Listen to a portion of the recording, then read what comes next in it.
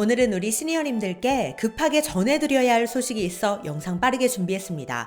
은행 또는 정부기관에서 이런 전화가 오면 바로 끊어버리셔야 합니다. 내 돈을 싹 다 빼내가는 전화이기 때문인데요. 실제로 어떤 분은 무려 7,400만 원, 7,400만 원이나 털렸다고 합니다.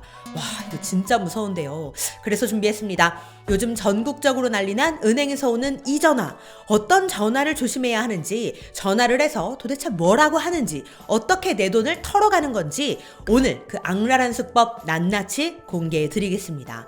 또한 영상 말미에는 이러한 피해 발생 시 어떻게 대처하셔야 하는지 그 방법도 알려드릴 테니 오늘 영상 끝까지 보시고 절대 당하시는 일 없으시길 바랍니다.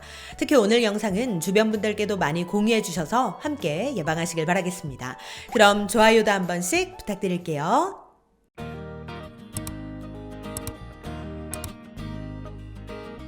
안녕하세요. 시니어를 위한 꼭 필요한 정보 시니어 전성시대입니다.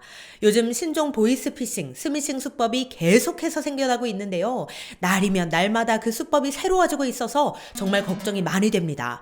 그런데 요즘엔 보이스피싱, 즉 전화로 걸어오는 수법보다는 스미싱, 즉 문자로 속이는 수법들이 늘어난 것 같은데 오늘 알려드릴 수법은 전화로 속이는 신종 보이스피싱 수법입니다. 물론 전화로만 이 수법을 쓰는 건 아닙니다. 문자로도 올 수 있으니 오늘 알려드릴 이러한 내용의 문자가 온다면 절대 인터넷 주소 URL은 눌러보지 않으시길 바랍니다. 우선 오늘 알려드릴 수법은 금융감독원에서도 보이스피싱 소비자 경보 발령까지 냈을 정도로 현재 많은 분들의 피해가 잇따르고 있는 수법인데요. 어떤 수법으로 돈을 탈취하고 있는지 지금부터 실제 사례를 통해 알려드리도록 하겠습니다. 피해 사례마다 조금씩 수법이 교묘하게 다르거든요. 총 3가지 사례를 말씀드릴 테니 하나도 빠짐없이 다 체크하시고 기억해 주시기 바랍니다. 자, 우선 첫 번째 피해 사례입니다. A씨는 어느 날 한 은행 직원으로부터 전화 한 통을 받게 됩니다. 5에서 6%대의 금리로 4,400만 원까지 대환 대출이 가능하다는 내용이었는데요. 즉 더 좋은 조건으로 대출을 갈아탈 수 있다는 거였습니다. 단 한 가지 조건은 있었는데요. 기존에 가지고 있는 캐피탈 대출권을 먼저 상환해야 이 대환 대출이 가능하다는 거였습니다. 결국 A씨는 캐피탈 대출보다 더 좋은 조건의 저축은행 대출로 갈아타기 위해 기존 대출금 상환을 명목으로 무려 995만 원을 사기범에게 건넸는데요. 이렇게 모든 돈을 다 보내고 나서야 뒤늦게 A씨는 보이스피싱임을 알아차리게 되었습니다. 즉 은행 직원이 아니라 보이스피싱 사기범이었던 거죠. 그런데 피해는 여기서 그치지 않았습니다. 더 교묘한 수법으로 접근한 사례도 있었는데요. 두 번째 피해 사례입니다.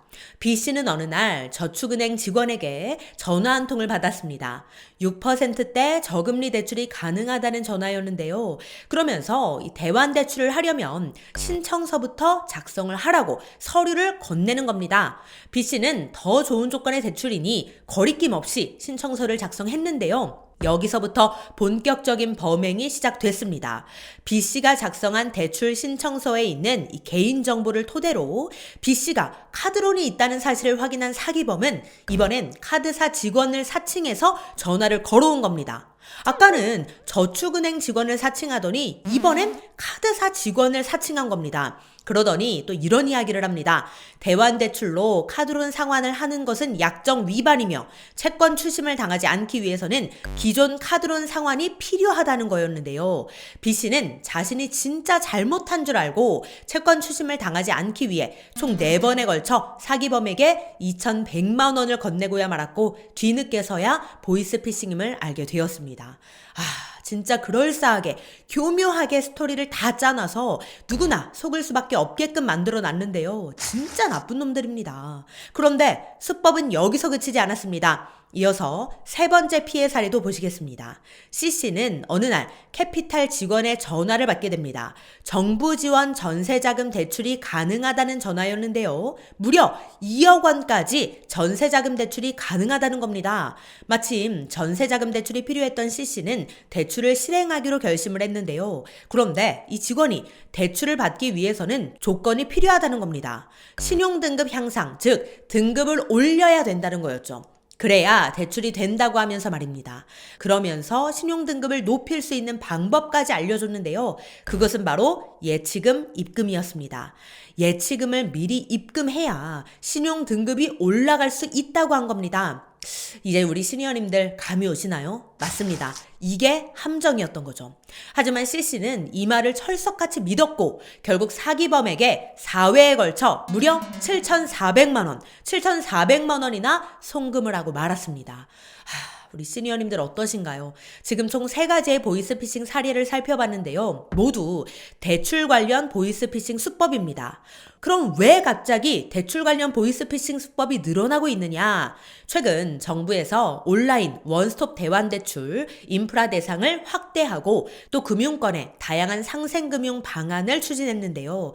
이러한 이슈에 편승해서 잔머리를 굴려갖고 사람들을 속여서 돈을 탈취해낼 궁리를 한 거죠. 진짜 나쁜 인간들입니다. 하지만 절대 속지 않으시도록 제가 쉽게 정리해드리겠습니다. 우선 사기범들의 미끼는 바로 대출입니다. 그 중에서도 대환대출, 정부지원 전세자금대출. 이걸 일단 미끼로 접근하기 때문에 전화 또는 문자로 대환대출 이야기를 하거나 정부지원 전세자금대출 이야기를 한다면 무조건 의심부터 해보셔야 합니다. 그리고 이렇게 미끼를 가지고 접근을 한 다음 사람들이 관심을 보이면 함정을 파놓는데요. 함정은 크게 2가지 종류가 있습니다. 첫 번째, 기존 대출을 상환해야 한다. 2번째, 신용등급을 올리기 위해 예치금을 입금해야 한다. 이런 조건을 내세우며 돈을 입금하게끔 유도한다면 절대 속지 마시고 전화 바로 끊어버리셔야 합니다. 왜냐? 정부기관 또는 은행 등 금융회사는 전화, 문자를 통한 광고, 개인정보 제출, 자금 송금 등을 절대 요구하지 않기 때문입니다. 그러니까 이런 전화나 문자가 온다면 다 사기인 거죠. 물론 기존 대출 고객을 대상으로 만기 연장 등 대출 관련 정보 문자를 보내는 경우도 있습니다. 그러나 불특정 다수에게 대출 안내, 광고 문자를 보내지는 않으니 이러한 전화나 문자는 바로 거절하시기 바랍니다. 그런데 만약 이러한 금융사기 피해를 당한 경우엔 어떻게 해야 할까요? 우선 금융회사 콜센터 또는 112로 전화하셔서 계좌 지급 정지를 요청하고 피해 구제를 신청하셔야 합니다. 그 다음 네이버에 금융소비자 포털 파인, 즉 파인을 검색하시고 개인정보 노출자 사고 예방 시스템으로 개인정보가 노출됐음을 알려야 합니다. 그리고 네이버에 계좌정보 통합관리 서비스를 검색해서 들어가신 다음 본인 모르게 개설된 계좌나 대출이 없는지 확인해 보셔야 합니다. 마지막으로 네이버에 엠세이퍼를 검색하신 다음 들어가서 명의도용 방지 서비스를 신청해서 나 모르게 개통된 휴대폰은 없는지 조회하고 또 추가 개통을 차단하셔야 합니다. 네, 오늘은 최근 기승을 부리고 있는 은행 직원을 사칭한 대출 관련 보이스피싱에 대한 정보 알려드렸는데요. 우리 시니어님들께서는 절대 당하시는 일 없으시길 바랍니다. 그럼 오늘도 편안한 하루 보내세요. 감사합니다.